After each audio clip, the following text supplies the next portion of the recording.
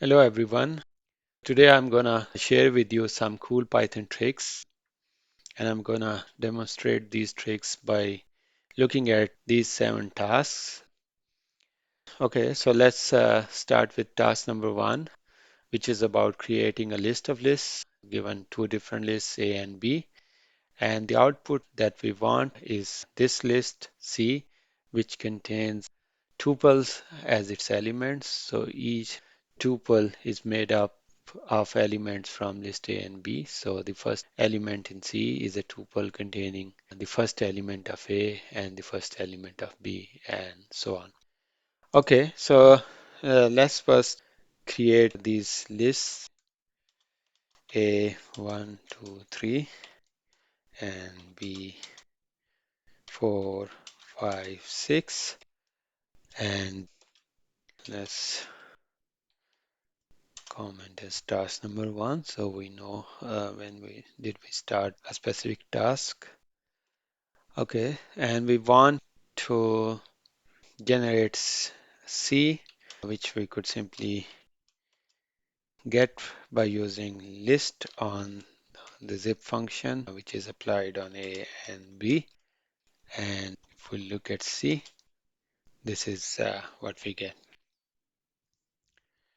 So task 2 is very similar. In this task, we want to create a dictionary from these two lists, A and B. And we assume that one of the lists contains the keys of the dictionary and the other list contains the values of the dictionary. So the dictionary we could get by simply replacing the list call with the dict call on the zip function, which is applied on A and B. And we could get the desired dictionary. So 142536, 142536. Okay, so task number 3 is about flattening the list of lists. We want to flatten all the elements in C into E here. So 142536. So let's see how we can achieve that. So task 3, there are two different ways that I'll be showing you guys here how to do this. So method 1, so we start with E as an empty list and then we simply run a loop on C and then we extend E by this value here, and then if we display E, so this displays the correct output. Okay, so another way of doing the same thing, so method 2 is using the chain function from itertools.chain. We could get to the same result using from iterable and we apply it on C and we get the same response. Okay, moving on to task number 4. We want to calculate the total sum of elements in a list of lists, so which is again the list C. And the output that we want is a single number, which should be equal to 21. Again, method 1. And in method 1, we'll be using the same chain function as we did in the previous cell. And we copy this one, just add sum and close this, and we get 21. Another way of doing this is using the map function. So we're using lambda function here and applying the sum on each of the tuple element in list C, and if we see we get to the same results. To verify if the sum is equal to 21, since we generated C from A and B, we could take the sum of A, add into sum of B, and this should be equal to the output that we obtained from the command in last cell. True here. Okay, so task number 5 now. Task number 5 is unpack the list of list tuples into multiple lists. So this is kind of the inverse process of what we did in task number 1. So we had in task number 1 we had A and B and we wanted to create a list C. Now we have this list C and we want to convert back to A and B from there. So this is how we are going to do that. So we can do that by using zip and asterisks on the list C. And since this will generate A hat and B hat as tuples, so if we want them to be of list type, so we could wrap them in list and convert from tuple to list.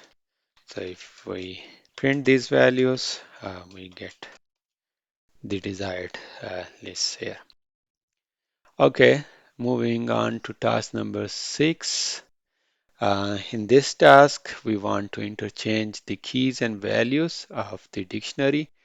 And the dictionary that we are using is the one that we generated in task number 2, which is this dictionary here. Task number 6, we could print the dictionary here. So that's the dictionary. So one way of converting or interchanging the keys and values of the dictionary is using the dictionary comprehension on the dictionary items. And if we look at it, we get this desired output. So 4, 5, 6, these were the values in the input dictionary, and these have now become the keys in the output dictionary F. We could also use another method to achieve the same output, and in this case we'll use the map functionality. So lambda x,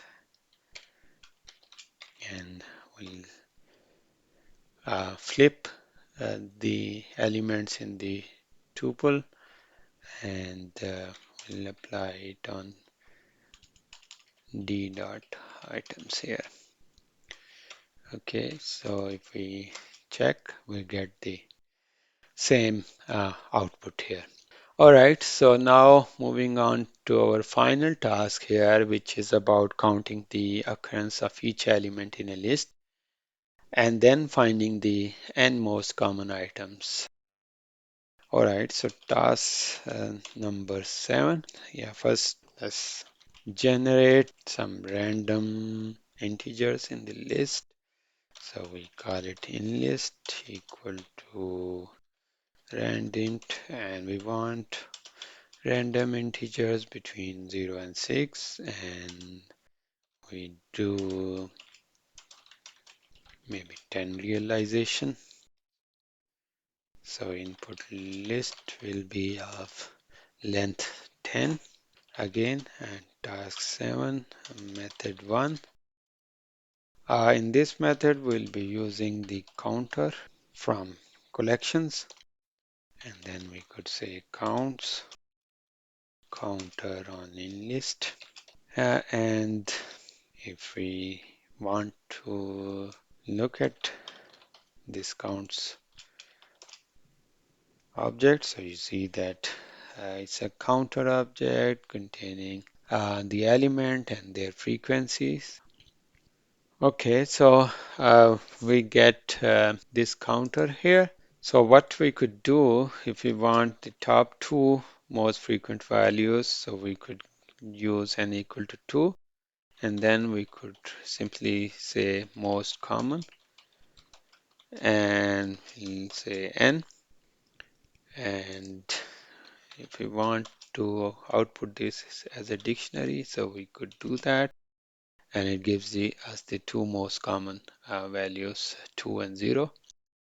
Task 7 method 2, so we could also achieve the same output result from using the sorted method. So in this case, we'll use the list count value for val in and the unique values in the list, and then sort it on lambda x on the second element of the tuple, and then we want it in descending order. So we only want the first two values of the output. So if we run this, we get the same two values. Now, if we want the most frequent value, we could use n equal to 1 here, and we could use these methods. We could also use max, most frequent value. So another method, and that is using max on set of in list, and key would be in list count. So we want to use the count method of the list, and that gives the most frequent element on that list, which is 0. Okay, so that's it for today's video. I hope you liked it. Thanks for watching, and see you all in the next video with more cool Python tricks.